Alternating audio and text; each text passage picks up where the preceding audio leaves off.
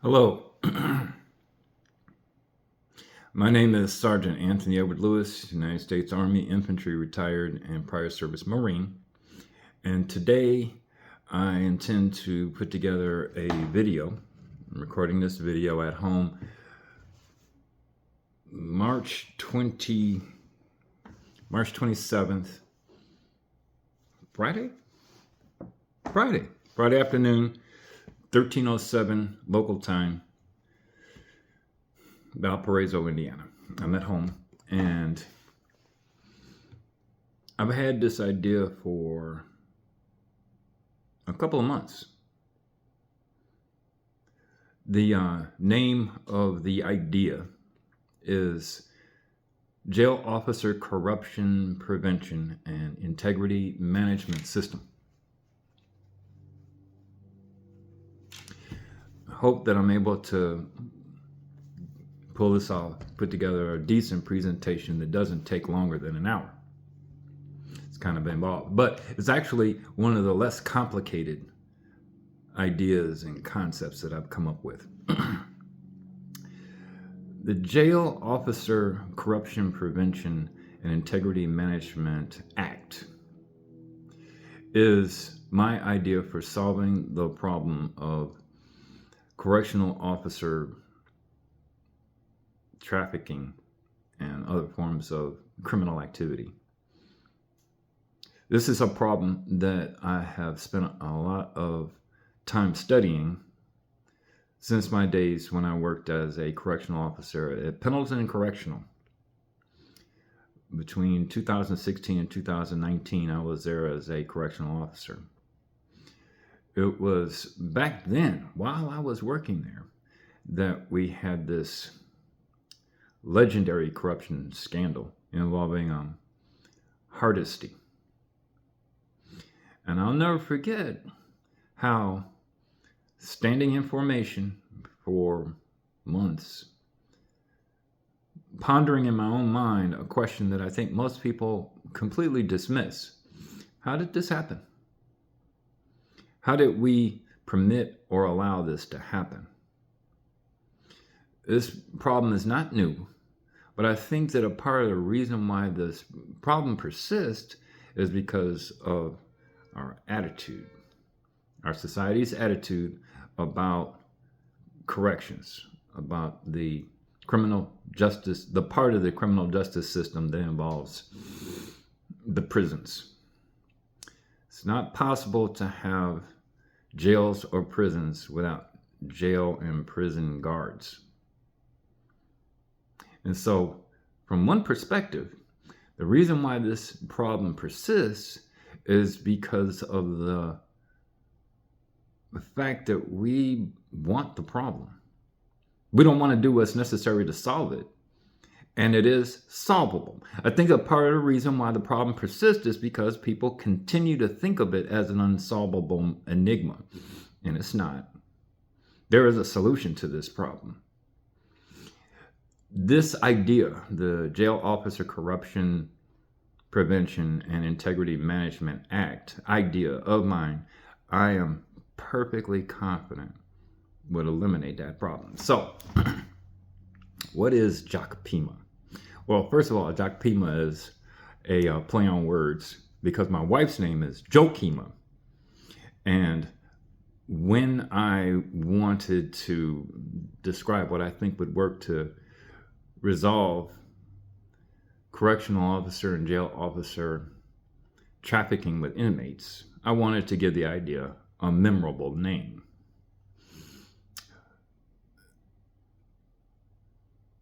The plan or the act, the proposed act, is intended to mirror what we see with PREA, the Prison Rape Elimination Act. And when you look at the Prison Rape and Elimination Act, you see that this is a mandate. This is a set of regulations that was handed down to the Department of Corrections in order to remind correctional officers and staff that they have a duty and responsibility to address three essential needs in order to eliminate sexual assault in the prison system. The first need with PREA is to protect the victim. So every correctional officer in the state of Indiana, and I think every other state in the country, recognizes that once evidence has been uncovered or testimony has been given that indicates that there's been a sexual assault, the victim must gain access to medical attention immediately. And they have to be protected. An effort, a genuine and sincere effort, has to be implemented in order to save the victim from further injury or assault. Second, and there's 3 points that I remember. Second to that is preserving evidence. Now, most people, when you go to work, you show up, you clock in, you do your job, you leave, and there's no protocol or procedure that you're expected to follow when suddenly your workplace becomes a crime scene. But that's actually pretty common in the correctional justice system. In order to be able to adhere to the regulations of PREA, you have to protect the victim and you have to preserve the crime scene, regardless of whatever else you may have to do while you're on duty. You have to work to protect the victim, preserve evidence. And the third and final point with the PREA Act is you have to document everything. You have to protect the institution. The integrity of the institution is protected when you can establish that everything that is supposed to be done in a situation like this was done, when, by who, where.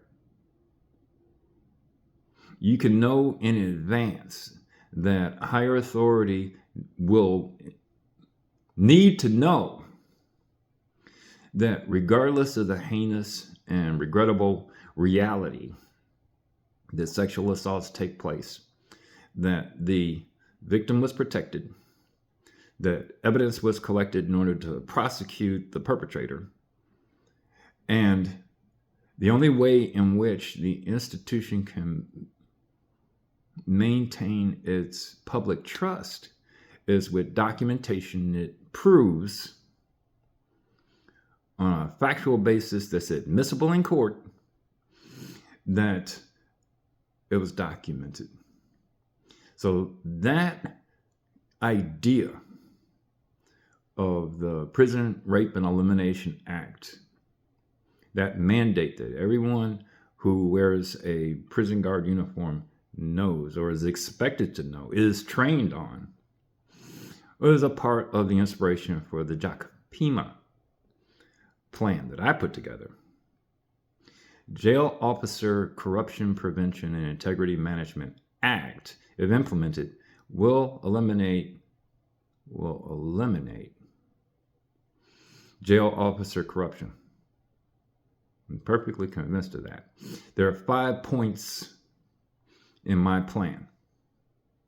The first point is that anyone and everyone that works in the Department of Corrections, this is jail officers at every rank, and all correctional staff at every level, only works part-time. Everybody. The thing that you see with the criminal justice system is that you're constantly assaulted psychologically and psychically, spiritually, with images and moral dilemmas that take time to recover from. Anyone working more than 8 hours a day on any work day is working too much. They are being required by virtue. There's moral hazard with any job you ever get, in the military, the civilian world, in government. There's moral hazard by virtue of being human. However, that moral hazard is distinctive in this particular industry, in this line of work. That's a part of the reason why the burnout rate is so high. That's the reason why morale is often very, very low. It never rises above a certain level, and it's because people are not afforded the opportunity to move away from the source of the fire. And if it were possible for everyone to share more of the burden and the sacrifice with more people, everyone working only part-time hours, that moral hazard would be reduced significantly, profoundly. Part of the labor rights movement with the 8-hour workday and Monday through Friday and children's labor laws marked an evolutionary progression in our country, our economy, our society. This particular line of work incorporates a level of moral hazard that requires more rest and recovery time than it currently affords people. And if it were possible for us to implement a policy that restricts people from ever working more than 40 hours every 2 weeks, we would see a profound and radical change in people's attitude about their work and this profession. There's 5 points. That's just the first one. The second point is full-time benefits. Part-time hours, full-time benefits. A part of the reason why a lot of people end up taking second jobs, even after working full-time jobs, is because they need the health care, they need the educational benefits, they need the retirement benefits. If it were possible for part-time people to get full-time health care, education, and retirement benefits, more people would want this kind of work. And it would change the work. Part of the reason why more people would want it is because it'd be more worthwhile compared to what other companies and industries are offering for the same exchange of your time for money.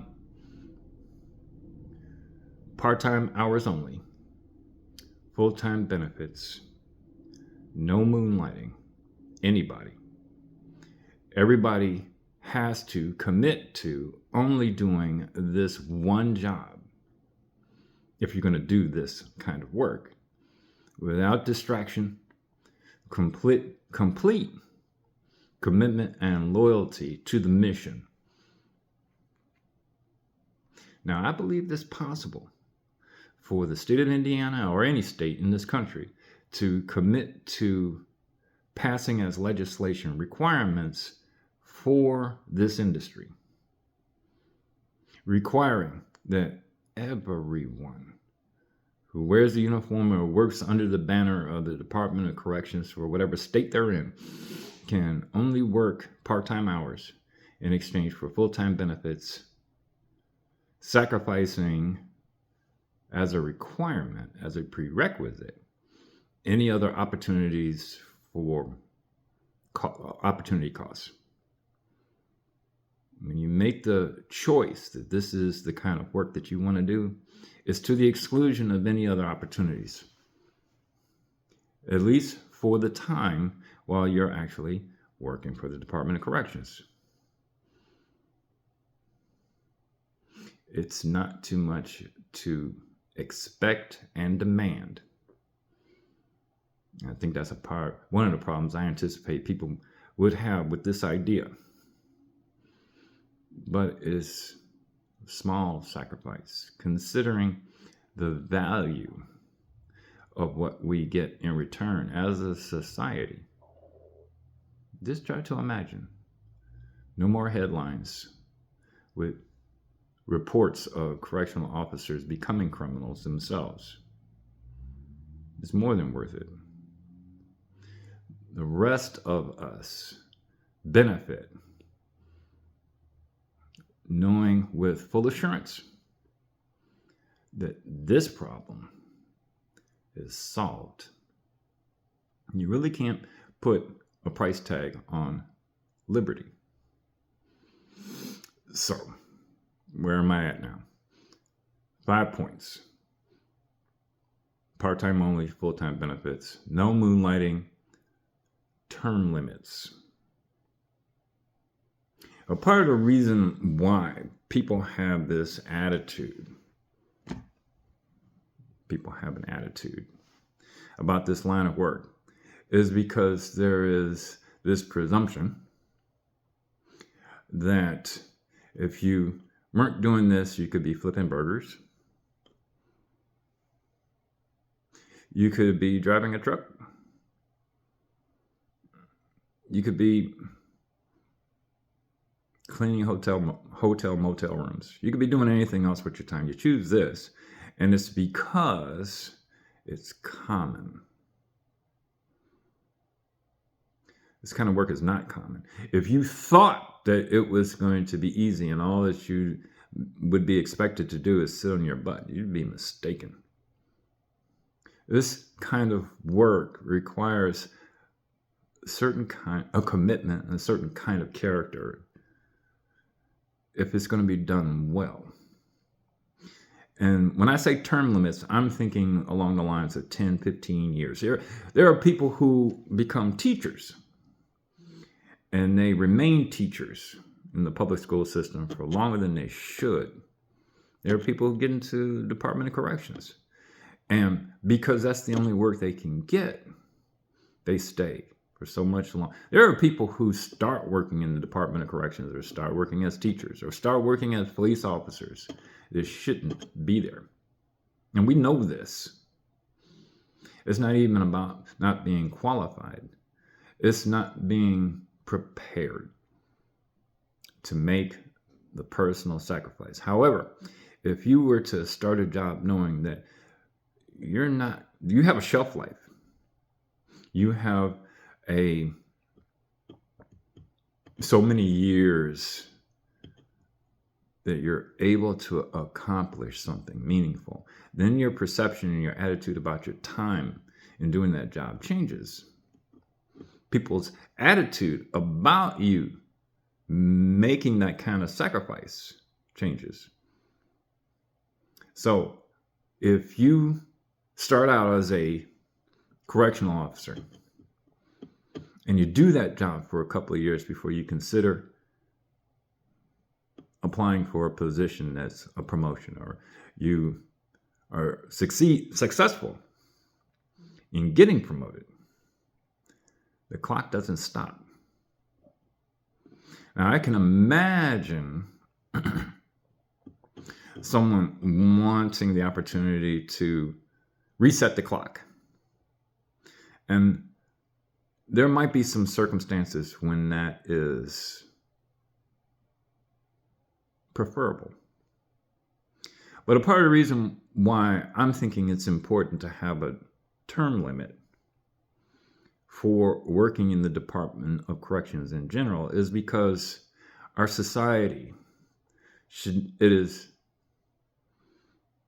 a disadvantage to expecting so much. It's not anything that our society should want for any of its people. And it's not anything that anybody should want for themselves. 5, 10, 15 years of service in the Department of Corrections, constantly confronted with the darkest elements of our humanity, criminals, is enough. At some point, even if you don't consider retirement, you should consider doing something else with your life. And asking so much, or asking for more than so much, is unfair of us You should know once you start working for the Department of Corrections that you only have so much time that you're going to be allowed to make a difference. If all you're able to accomplish in 5 to 10, 15 years on the very far outside of everything is credible, honorable service, incident free, that's something that you can take pride in. And society can celebrate your accomplishment. As soon as you move outside of that safe zone of service to the state, doesn't matter if you're able to continue to work incident free. You've sacrificed too much of your life. And you should be afforded the opportunity to explore other possible destinies. When you join the military, it's with a contract. And when you're done, you get out, you get a chance, an opportunity to explore, indulge, consider, pursue other things. That is not to suggest that working in the Department of Corrections is a waste of your life or is a waste in any way, but it can't be allowed to become your life. It needs to be established at the beginning that you're only going to be allowed to sacrifice so much of your soul. So we need term limits. So what am I up to now? Part-time hours, full-time benefits, no moonlighting, term limits. And this is the fun part. This is the part that I'm perfectly convinced a lot of people are going to take exception to. Prior service military experience required. The only people that should be allowed to protect the public trust, public safety, are people with integrity that is beyond reproach. Now, what's really, really crazy is I know that more than a few people who have been in the Department of Corrections, been doing the job for 5, 10, 15, 20 years, are going to see this and say, that is an unreasonable expectation. And it's not only people who've been in the military that have integrity, that have character, that have resilience. And that's true. But at the same time, you can tell that these same people will concede. The institution is not set up to instill those characters in people. The military is. You have to have proven through your life's experience that you have the temperament for this kind of work, because it is damn difficult to develop it after you start. The reason why there are I don't want to say so many, but as many as there are, cases and incidents of people failing morally is because in the time when they started, in the time after they started, they were tested and failed.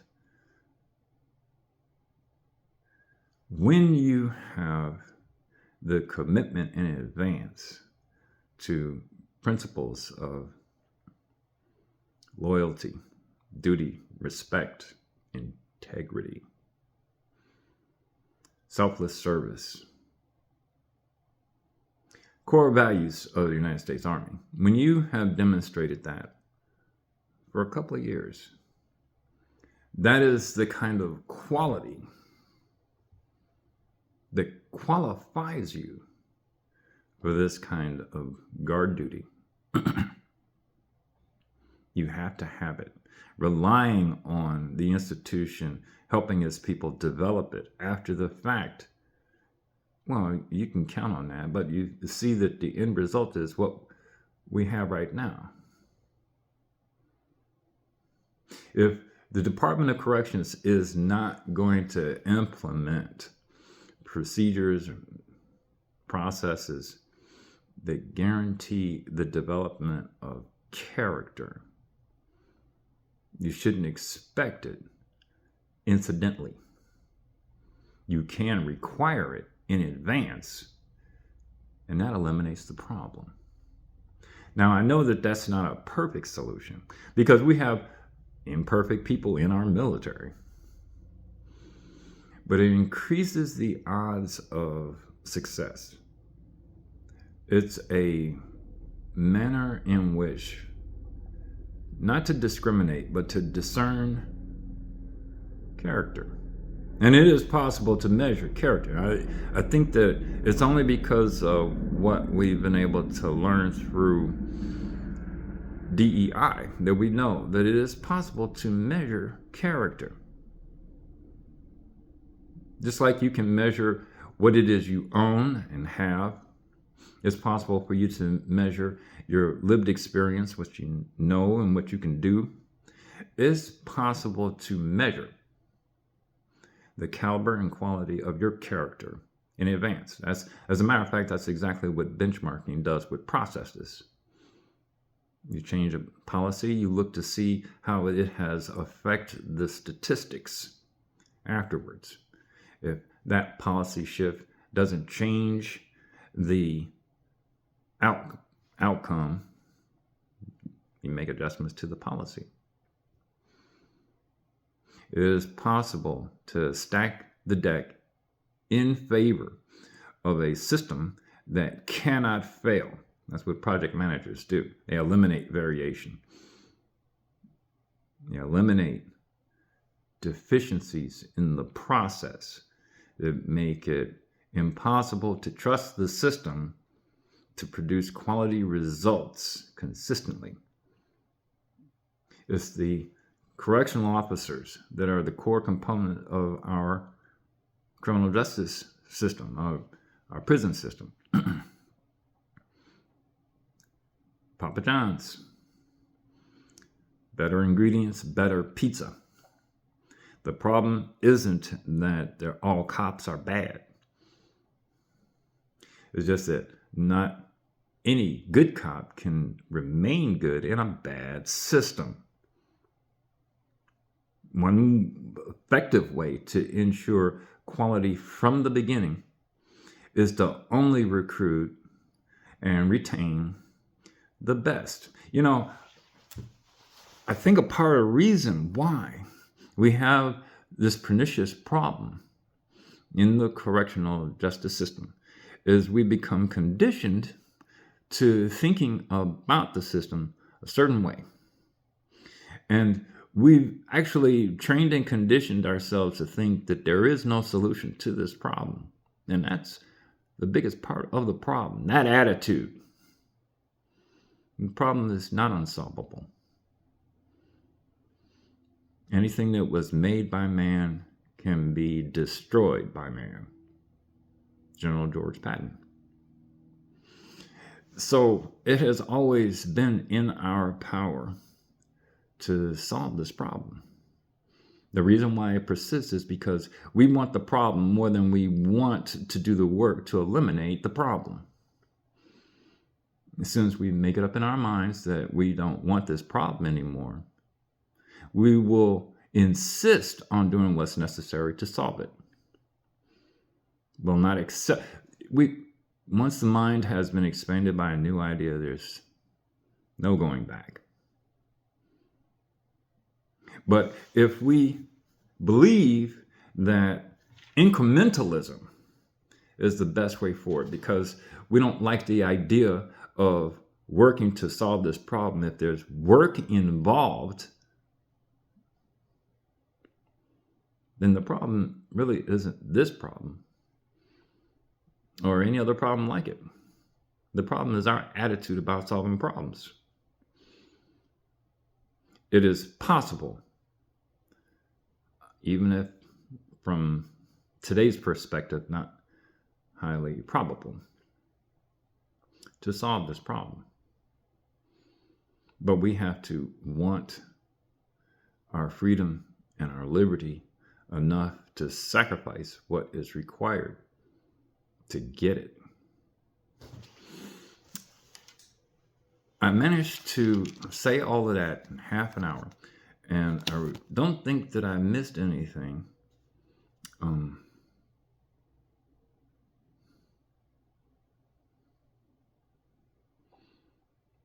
No, I'm looking at my notes. I've already mentioned that there are no jails without jail officers. So, if you have been able to hear, understand, appreciate the point that I've tried to make about what we can do to effectively reform this part of our criminal justice system, I hope that you'll reach out to me and let me know what it is that you found most thought-provoking. I didn't spend any time talking about anything that happened in my life except to talk about Hardesty that started me down the path of meditating deeply about this. But I hope that with a follow-up to this half-hour video, I'll be able to add more color to the backstory. In conclusion, what is the Jail Officer Corruption Prevention and Integrity Management Act proposal? It's an idea that, if implemented, could eliminate jail officer corruption. It starts with pointing out that this is a problem that can be solved. There's a solution. And after you've taken the time to imagine, take for a moment to imagine what that would look like, you can see how all of the steps that I outlined, all 5 of the steps, they work together to ensure that our society can recruit and retain the best, insist and demand, reasonably expect perfection and excellence. Because expecting anything else, expecting anything less, suggests we like things the way they are. The status quo is sufficient because we are satisfied with failure. Consistent, persistent failure. Now, there are people, honorable, dignified, intelligent, moral people, that will argue that this is too extreme. You can't expect the state or the county or the federal government to move everybody to part-time hours. That's just too much. That's a bridge too far. You can't expect state, county, federal government to pay part-time people full-time benefits. That's just Looney Tunes. You can't expect that people are going to want to work in this industry if one of the requirements is term limits and no moonlighting. You can say that it is just too much to expect the institution to establish a requirement that only people who have worn the uniform of the United States Army, Navy, Air Force, Marine Corps, I don't count the Space Force because it's not legitimate, or Coast Guard, should ever be allowed to work in our prisons or jails. That's just too much. You can say that. You're entitled to that. But if you're able to imagine a prison system that unfailingly, every single officer walking the lines is a dedicated soldier to the cause and the mission that will never fail, then you will know that the real problem here is not that we're not able to implement the provisions of the JACPIMA plan,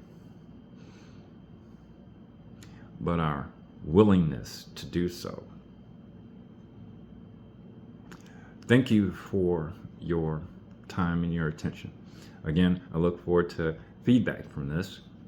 I hope that if I'm able to get the kind of response that I hope to get, that the proposed act will find its way to the ears of lawmakers that are literally able to make it happen. It could change the world. Thank you again.